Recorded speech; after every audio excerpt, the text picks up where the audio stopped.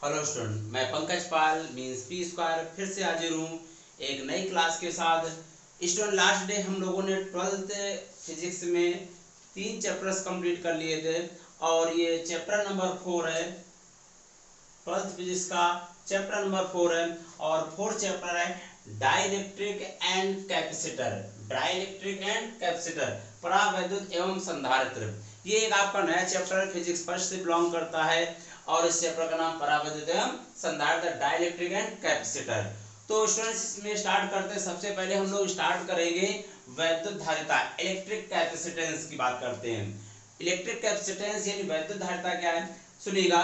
किसी भी चालक द्वारा, किसी भी चालक यानी कंडक्टर द्वारा, किसी भी चालक द्वारा चार्ज को ऑब्टेन मतलब आवेश को ग्रहण करने की क्षमता को, पावर को हम लोग वैद्युत धारिता कहते हैं। किसे वैद्युत धारिता कहते हैं कि किसी भी चालक द्वारा आवेश को ग्रहण करने की क्षमता को वैद्युत धारिता कहते हैं।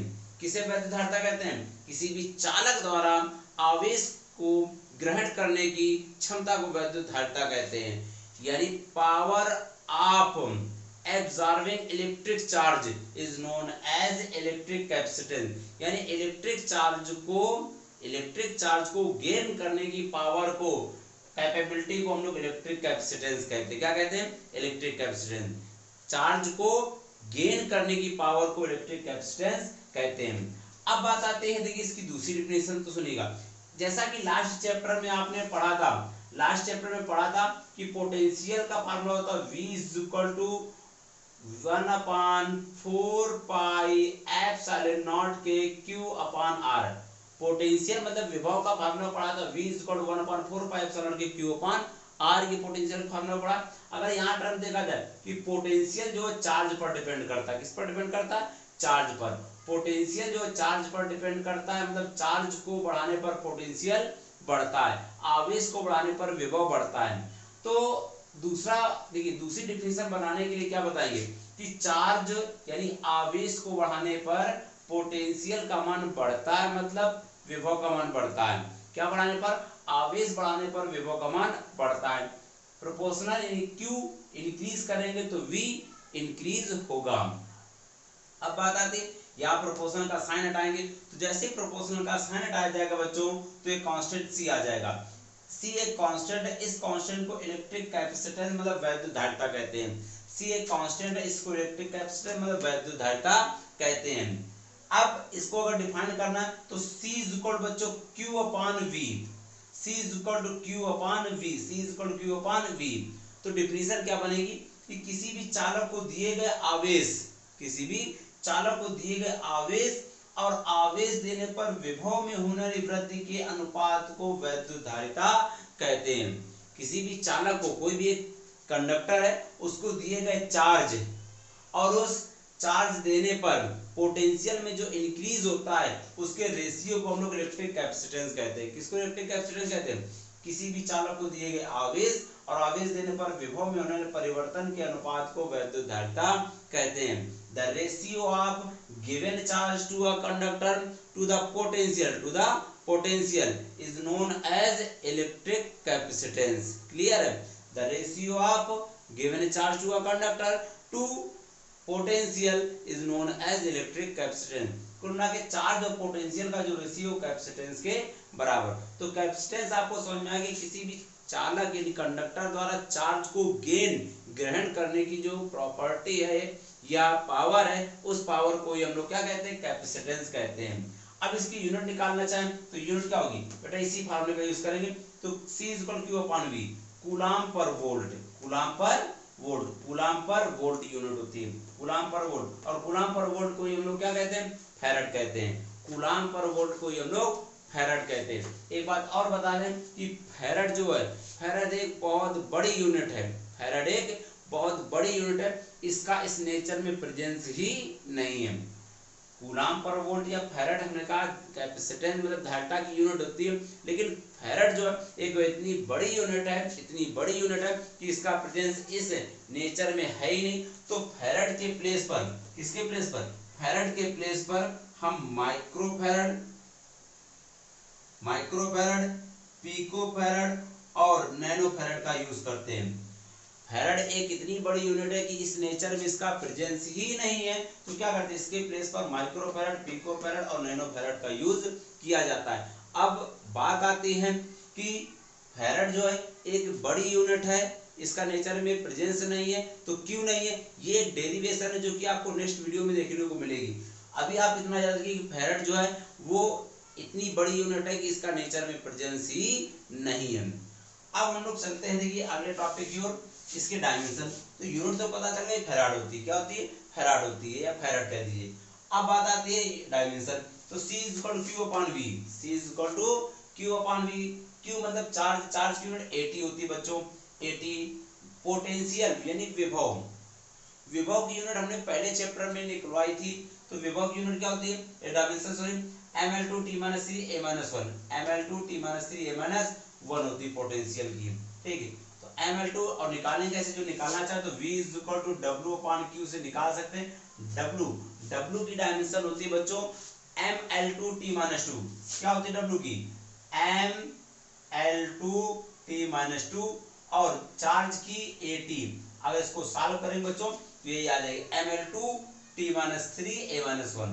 अब इस टर्म को जब ऊपर ले जाएंगे तो m-1 l-2 t-3 और ये t4 a2 हो जाएगा। तो m-1 l-2 t4 और a2 इसकी डायमेंशन निकल आई। क्या डायमेंशन होगी, m-1 l-2 t4 a2 इसकी डायमेंशन यानी विमी सूत्र निकल आएगा। अब बात आती है बच्चों विलग निकाय, आइसोलेटेड सिस्टम की बात करते हैं। आइसोलेटेड सिस्टम मतलब विलग निकाय की बात करते हैं। तो विलग निकाय क्या है, जैसा कि नाम से क्लियर, विलग यानी बिल्कुल अलग। तो एक ऐसा सिस्टम जिस पर कोई भी एक्सटर्नल फोर्स अप्लाई नहीं होता है, एक ऐसा सिस्टम जिस पर कोई भी एक्सटर्नल फोर्स यानी बाह्य बल आरोपित नहीं होता है, उसको हम लोग आइसोलेटेड सिस्टम कहते हैं। एक ऐसा निकाय जिस पर कोई बाह्य बल आरोपित नहीं होता है, इस पर कोई बाह्य बल आरोपित नहीं होता है, उसको हम लोग विलग निकाय मतलब आइसोलेटेड सिस्टम कहते हैं। बाहर से कोई फोर्स अप्लाई नहीं होता, उसको आइसोलेटेड सिस्टम कहते हैं। क्लियर है। अब हम लोग चलते हैं आइसोलेटेड, देखिए विलगित गोली चालक की धारिता, किसकी धारिता, विलगित गोली चालक की धारिता निकालना मतलब capacitance of spherical capacitor, capacitance of spherical capacitor, या कुछ बुक्स में capacitance of isolated spherical capacitor. कुल मिला के स्फेरिकल मतलब गोली चालक की धारिता निकालनी है, किसकी धारिता, गोली चालक की धारिता निकालनी। तो बच्चों गोली चालक की धारिता कैसे निकाली जाएगी वो हम लोग डेरिवेशन करेंगे। तो यहाँ देखते हैं हम लोग, सुनिएगा, ये A त्रिज्या का एक गोलीय चालक है। कितनी त्रिज्या का, A त्रिज्या का एक गोलीय चालक है, मतलब आइसोलेटेड ये स्फेरिकल कंडक्टर है जिसकी रेडियस A है। कितनी रेडियस, A रेडियस का एक स्फेरिकल आइसोलेटेड सिस्टम है। कैसा, A त्रिज्या का एक गोलीय चालक है जिसके केंद्र पर अगर कोई चार्ज दिया जाता है, केंद्र पर कोई आवेश दिया जाता है, तो ये आवेश पूरे पृष्ठ में वितरित हो जाता है। कहाँ वितरित हो जाता है, पृष्ठ में। क्या बताया गया आप लोग को कि माना A त्रिज्या का एक गोली चालक है जिसके केंद्र पर कोई चार्ज देने पर ये चार्ज पूरे सरफेस पर यूनिफॉर्मली डिस्ट्रीब्यूट हो जाता है, ठीक। तो ये जो सरफेस है वो किसकी तरह, एक आइसोपोटेंशियल सरफेस या इक्विपोटेंशियल सरफेस की तरह कार्य करने लगता है, समविभव पृष्ठ की तरह कार्य करता है। किसकी तरह बच्चों, समविभव पृष्ठ की तरह। तो आपको क्या बताया गया कि A रेडियस का एक स्फेरिकल कंडक्टर है, A रेडियस का एक स्फेरिकल कंडक्टर है जिसके सेंटर पर चार्ज देने पर ये चार्ज पूरे सरफेस पर यूनिफॉर्मली डिस्ट्रीब्यूट हो जाता है, यूनिफॉर्मली डिस्ट्रीब्यूट हो जाता है, मतलब ये सरफेस एक इक्विपोटेंशियल सरफेस की तरह वर्क करने लगता है। तो डेरिवेशन देखिए, लिखा हुआ देखिए, धनावेश के कारण पृष्ठ पर विभव, यानी ये जो पॉजिटिव चार्ज दिया गया है, ये पॉजिटिव चार्ज जो दिया गया बच्चों, तो इस पॉजिटिव चार्ज के कारण सरफेस पृष्ठ पर कितना विभव उत्पन्न होगा ये देखिए निकालें। तो इस पॉजिटिव चार्ज के कारण पृष्ठ पर विभव कितना उत्पन्न होगा ये निकालें, सुनिएगा। तो विभव का फार्मूला पढ़ा है आपने, पोटेंशियल का फार्मूला क्या पढ़ा है, V = 1/4 पाई एप्सिलॉन के Q/R है। विभव का फार्मूला क्या होता है, कुछ डिस्टेंस के कारण V = 1/4 पाई एप्सिलॉन के Q/R। अगर ये r² कर दोगे तो तीव्रता मतलब इंटेंसिटी का फार्मूला बन जाएगा। r² कर दोगे तो तीव्रता मतलब इंटेंसिटी का फार्मूला बन जाएगा। Q/R करोगे तो पोटेंशियल का होता है बच्चों, किसका, पोटेंशियल का फार्मूला V = 1/4 पाई एप्सिलॉन के Q/R। अब सुनिएगा यहाँ v is equal to 1/4 pi epsilon के q अपॉन r, r मतलब त्रिज्या, डिस्टेंस, दूरी कह सकते हैं, ठीक। तो यहाँ पर डिस्टेंस q चार्ज के कारण कितनी डिस्टेंस है, r की जगह a लिखना पड़ेगा, क्यों, क्योंकि इसकी रेडियस a है बच्चों, तो r की जगह a लिख दिया आपने, r की जगह a लिख दिया। तो ये पोटेंशियल मतलब विभव निकला है, क्या निकला, पोटेंशियल मतलब विभव निकल आया, ठीक।